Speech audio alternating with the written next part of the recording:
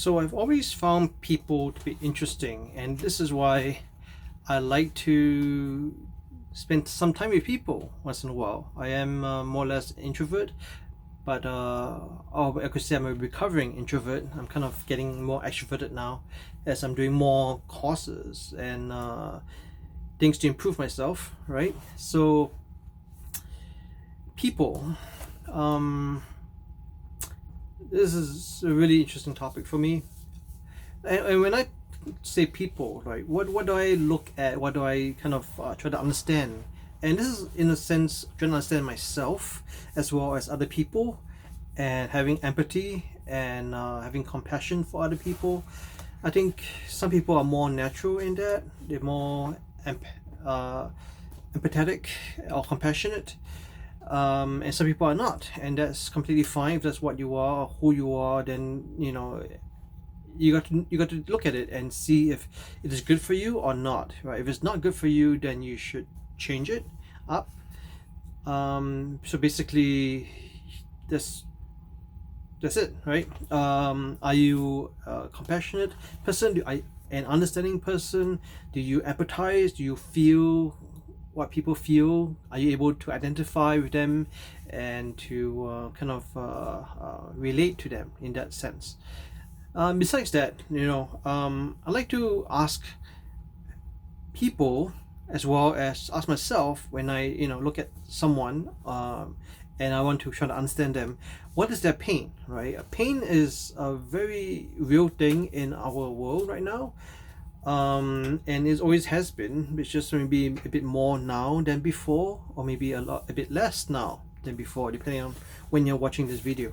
So, ask, and I encourage you to ask yourself too, right? What is their pain? What are their fears, right? How can you help them? Ultimately, that's the question that you want to come around to. How can you help them if you want to help them, or if you just want to identify and feel and relate and kind of empathize with them and be compassionate. What are their pains and why? Maybe why, but first, what is their pains? What is their fears? Like, some people are afraid of old age, some people are afraid of retirement, some people are not afraid, some people want to be retired, right? Some people are afraid of commitment, and they hear that a lot. And some people are afraid of emotions. So especially guys, I think maybe it's a stereotype, or maybe it's not true, but some guys I know, they are more or less afraid of commitment, and they let's not talk about them. So what is their pain? What are their fears, right? Those two things can get you a long way, and they could, you can even talk to them and ask them that question, and it'll open like a can of worms sometimes. And sometimes people who never felt or thought about their feelings or understood themselves, they would start to open up, and they would it gets really interesting. So try it out, right? So I just want to list out a few other things, what I kind of explore when I get to know someone. Like, sometimes you meet someone and you really like how they think, and so how they think is very important to how or who they are. Like, how they think is very important, informing and helping them to be who they are, right? So ask them, or ask yourself, what do they think the way they think? If you do, you like the way they think? Do you enjoy their thinking process? I guess some people are very analytical. I remember watching I watch a lot of shows, right? So I watch Sherlock Holmes, and I love the way he thinks, because he's very analytical, and he can explain why he thinks a certain way.